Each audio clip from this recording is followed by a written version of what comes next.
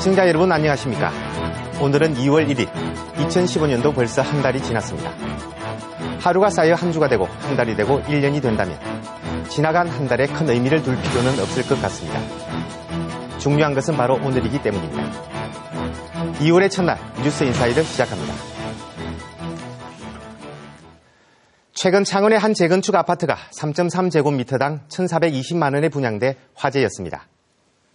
서울에 버금가는 높은 분양가가 어떻게 정해졌을까 궁금한 분들 많으실 겁니다. 오늘 인사이드 현장에서는 한 재건축 아파트의 분양가 심의 자료를 입수해 분양가 산정 내역의 비밀을 취재했습니다.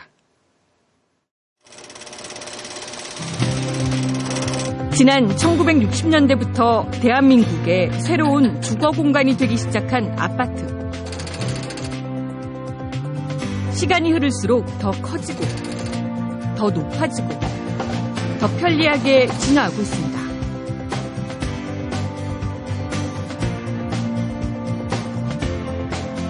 우리는 이 네모난 공간 안에서 가족과 먹고 쉬고 사랑을 나누며 많은 시간을 살아가고 있습니다. 그런데 이곳이 3.3제곱미터, 어른 한 명 눕기도 힘든 작은 면적이 1,000만 원대에 육박하더니 어느새 1,200만 원대를 갈아치우고 1,400만 원대를 훌쩍 뛰어넘었습니다. 비싸다고 생각하죠. 적정하다고 생각한 사람은 적당하지. 안 입고 해도 월급이 3,400, 많이 받으면 400인데. 분양가는 치솟는데 모델하우스 밖까지 길게 늘어선 사람들. 웃돈을 받고 팔아주겠다며 호객행위에 나선 이른바 떡다방. 2000년대 초반 불었던 아파트 청약 광풍이 재현되고 있습니다.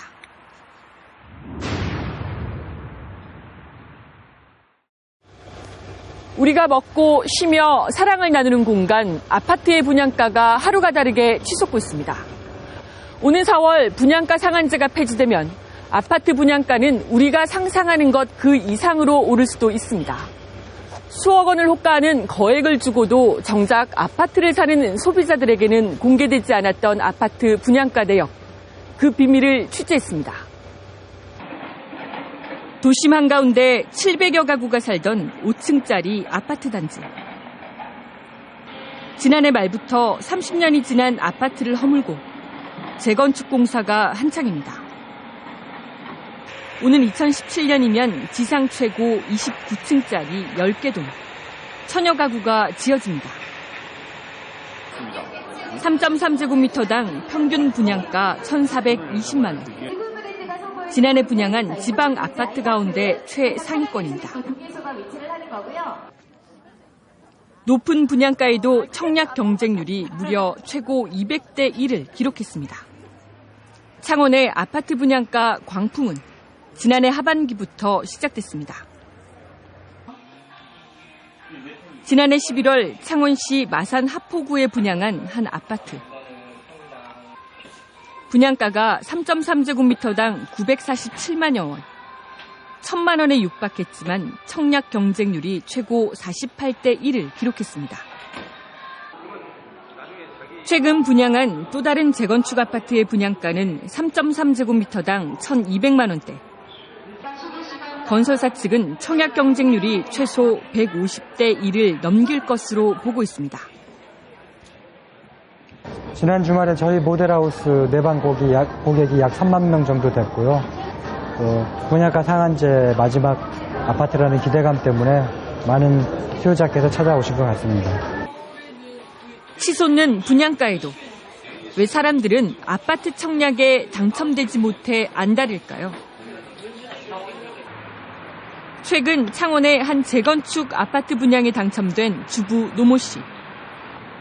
아파트 값이 분양가보다 크게 오를 것이라는 기대에 잔뜩 부풀어 있습니다.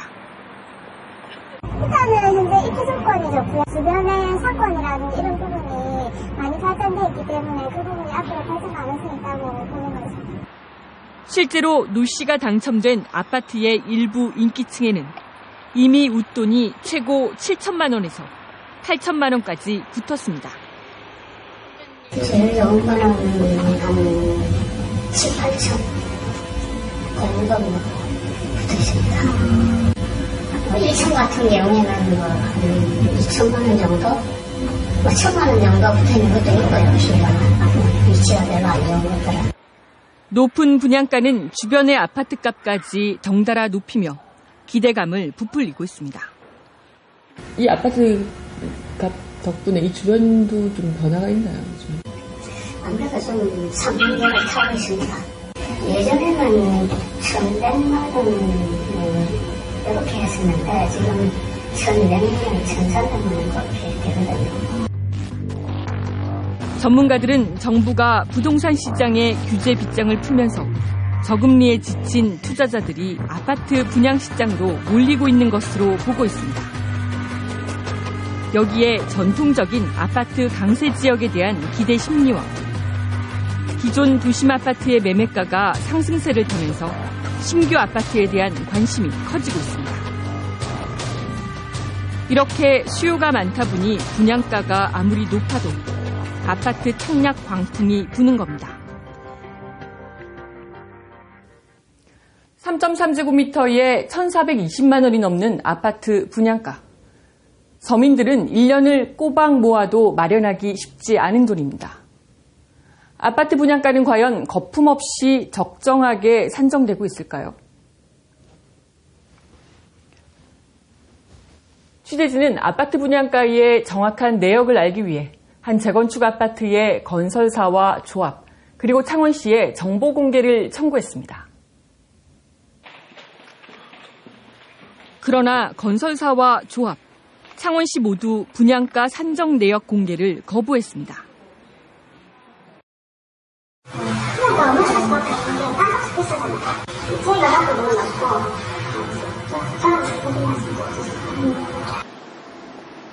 창원시는 지난해 11월 해당 아파트에 분양가 심의위원회를 열고도 제3자의 정보라며 공개를 거부했습니다. 우리가 가지고 있어도 못 주는 게 저거하고 시공사의 계약이기 때문에 공개를 해도 저들이 계약을 해야 된다는 뜻이거든요. 의정부 지방법원은 지난해 5월 한 아파트 건설사가 제기한 소송에서 아파트 분양가 심의 자료는 공개해야 한다고 판결했습니다. 판례가 있음에도 불구하고 건설사와 조합, 지방자치단체까지도 공개를 꺼리는 아파트 분양가 심의 자료. 도대체 어떤 내용이 담겨 있길래 철저한 비밀이 됐을까요? 취재진은 어렵게 최근 창원에서 분양한 한 아파트의 분양가 심의 자료를 입수해 2명의 전문가와 함께 분석해봤습니다. 아파트 분양가 산정은 크게 택지비와 건축비로 나눠집니다. 두 곳의 감정평가업체가 산출한 평균 택지비는 3.3제곱미터당 630여만 원. 여기에 연약지반 공사비와 지작물 철거비용, 감정평가 수수료, 광역교통시설 부담금에 원주민에게 지급되는 이주비의 금융비용까지. 아파트 입주 예정자들은 택지비 가산비로 3.3제곱미터마다 140여만 원을 더 내야 합니다. 130제곱미터를 분양받았을 경우 순수 땅값으로 2억 4천여만 원을, 택지 가산비라는 항목으로 5,600여만 원을 지급해야 합니다. 창원시가 요구한 기부채납 용지와 광역교통시설 부담금까지 택지 가산비에 고스란히 더해져 분양가를 높였습니다. 한 500만 원 들어가도 될걸. 600만 원 잡아놓고 여기다 맞추는 식이죠. 이것도 맞췄고 밑에 가산비도 이렇게 맞춰가지고 1,500만 원, 1,400만 원 이런 식으로 절대 금액을 맞춰놓고 거기다 이렇게 끼워 맞추는 식의 산정이 좀 든다는 느낌이 듭니다. 건축비는 어떨까요? 국토해양부가 정한 기준에 따른 이 아파트의 기본형 건축비는 3.3제곱미터당 600여만 원. 여기에 홈 네트워크, 에어컨 냉매 배관, 초고속 통신공사 등 건축비 가산 항목으로 3.3제곱미터당 150여만 원이 더 붙습니다. 이 가운데 특이한 항목들이 있습니다. 친환경 주택 추가 비용에 법정 초과 복리시설 설치 비용, 그리고 법정초과 조경시설 설치 비용, 이미 건축비에 포함된 법정 면적을 건설사가 초과하거나 추가해 3.3제곱미터당 총 25만 원을 더 받습니다. 이보다 더 특이한 항목은 마을 흔적 보전 비용입니다. 재건축이 되기 전 옛 마을의 흔적을 보전한다는 명분인데 학술연구비와 관련 다큐멘터리 제작비 등 입주자들이 총 12억 원이 넘는 비용을 부담해야 합니다. 건설사는 창원시가 강제해 어쩔 수 없었다고 말합니다. 이걸 다 허물고 새로 지면 그 역사가 없어지니 그래도 어떻게 그 마을 흔적을 남기겠다고 해서 창원시에서 의무적으로 이제 전문가 분석 결과 이 아파트의 분양가 가운데 다양한 명분으로 더해진 불필요한 항목이 최소 6개, 3.3제곱미터당 61만여 원에 달합니다. 130제곱미터의 아파트를 분양받았을 경우 총 2,400만 원이 넘습니다. 이런 이제 그 각각의 항목 자체가 거품이 많을 수 있다는 거죠. 예, 근데 이런 게 잡았지만은 실제로 쓸 때는 훨씬 더 질이 낮은 자재를 써가지고 거기서 이제 비용을 한다고. 여기 보면 이제 그건 없잖아요. 사실은 뭐 로비 비용 없잖아요. 이건 다 숨어 있다는 거죠, 그게. 분양가를 높여 얻는 수익은 고스란히 건설사와 재건축 조합의 몫으로 돌아갑니다. 때문에 정부는 분양가 폭리를 막기 위해 지방자치단체가 심의위원회를 열어 분양가를 결정하도록 하고 있습니다. 그러나 심의위원들조차 형식적인 절차라 말하는 아파트 심의위원회. 분양가가 적정한지를 꼼꼼히 따지는 게 아니라 사업자가 제출한 자료가 규정에 맞는지만 보는 수준에 그치는 경우가 대부분이라는 겁니다. 그렇게 짜고 하는 거지, 지금 와서. 이게 좀 맞춰도, 뭐 공무원들이 알겠어, 조합원들이 알겠어, 조합은 아무도 모르는 거지. 이제 이런 거 하는 전문 업체들이 있다고, 저기 그 공사비도 산정하는 전문 업체, 용역 업체들이 있거든. 그 사람들이 하는 거야, 이거. 이 금액만 딱 정하면 여기다 맞춰줘 보면 이거 항목을 넣는 거예요. 새 아파트 마련을 꿈꾸는 서민들은 분통이 터집니다. 분양가를 보면은 도대체 이 금액이 왜 이렇게 나오는지, 이거 말고도 솔직히 더 낮게도 나올 수 있을 것 같은데 이 분양가 자체가 말이 안 된다고 생각해요. 그리고 그 분양가가 어떻게 책정이 되는지 저희는 알 수 있는 방법이 없잖아요. 그러니까 너무 답답하죠. 더 큰 문제는 앞으로입니다. 아파트 분양가 폭등을 그나마 막아오던 분양가 상한제가 오는 4월 도입 9년 만에 폐지됩니다. 분양가 상한제는 아파트의 분양가를 산정할 때 표준 건축비에 택지비를 더해 분양가를 산정하게 하고 그 가격 이하로 분양하게 해 분양가를 안정시키려는 제도. 그러나 정부는 부동산 시장을 살린다는 명분으로 오는 4월부터 분양가 상한제를 폐지하기로 했습니다. 분양가 상한제가 폐지되면 아파트값이 천정부지로 올라도 이를 제한할 방법이 마땅히 없습니다. 때문에 조만간 지방 중소도시에도 분양가 2천만 원대 아파트가 속출할 것이라는 예측이 쏟아지고 있습니다. 폐지되고 하면 창원이 이제 얼마까지 갈 것 같으세요? 아마 평당 2천만 원 아파트가 3, 4년 안에 탄생을 할 겁니다. 아마 위치 좋고 접근성이 좋은 그다음에 이제 새로 지은 이런 아파트들은 분양가 상한제 폐지는 오히려 부작용만 키울 것이란 우려가 큽니다. 분양가 상한제를 풀게 되면 많은 수익을 높이기 위해서 분양가를 높인다든가 그 건설사들이 옛날처럼 여러 가지 홍보 정책을 많이 쓰겠죠. 소비자들은 또 비싸게 주고 샀으니까 또 비싸게 팔 수밖에 없습니다.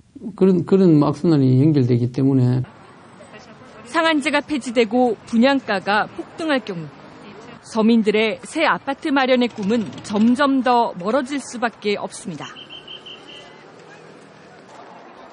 여기에 실수요자가 아닌 투자 목적의 가수요가 대거 가세해 거품 현상까지 재현될 수 있습니다. 지난 2000년대 초반에 이어 하우스푸어가 또다시 대량 양산될 우려도 나오고 있습니다. 특히 창원 같은 구도심은 재건축 아파트 일반 보유자는 실수요자라기보다도 가수요, 투자 수요가 이렇게 많기 때문에 분양 열기를 고조시켜가지고 분양가를 높이는데, 이렇게 되면 실수요자가 도저히 접근을 할 수가 없고, 또 실수요자가 접근에 당첨이 되더라도 하우스푸어라는 금융 비용이 발생하기 때문에 굉장히 나중 부작용이 일어나게 되어 있습니다. 때문에 아파트 분양가 폭등을 막으려면 분양가 상한제를 탄력적으로 유지하고 분양가 심의위원회에 수요자를 포함시키는 등 참여폭을 확대하고 견제 기능도 강화해야 한다는 지적이 나오고 있습니다. 또 완공된 집을 보고 가격을 결정하는 수요자 중심의 후분양제 도입도 대안으로 제시되고 있습니다. 아파트의 선분양제라는 건 말 그대로 그림만 봅니다. 그럼 그림은 실제하고 다르지 않습니까? 다를 수밖에 없고, 그래서 사실 후분양제가 사실은 맞는 거죠. 집을 다 지어놓고 들어가서 보고 자재라든가 재질이라든가 이런 걸 다 보고 실제 모습을 보고 사는 것이 맞다고 봅니다. 상한제는 곧 폐지되고 분양가 심의위원회마저 허수아비 신세인 우리의 아파트 분양시장.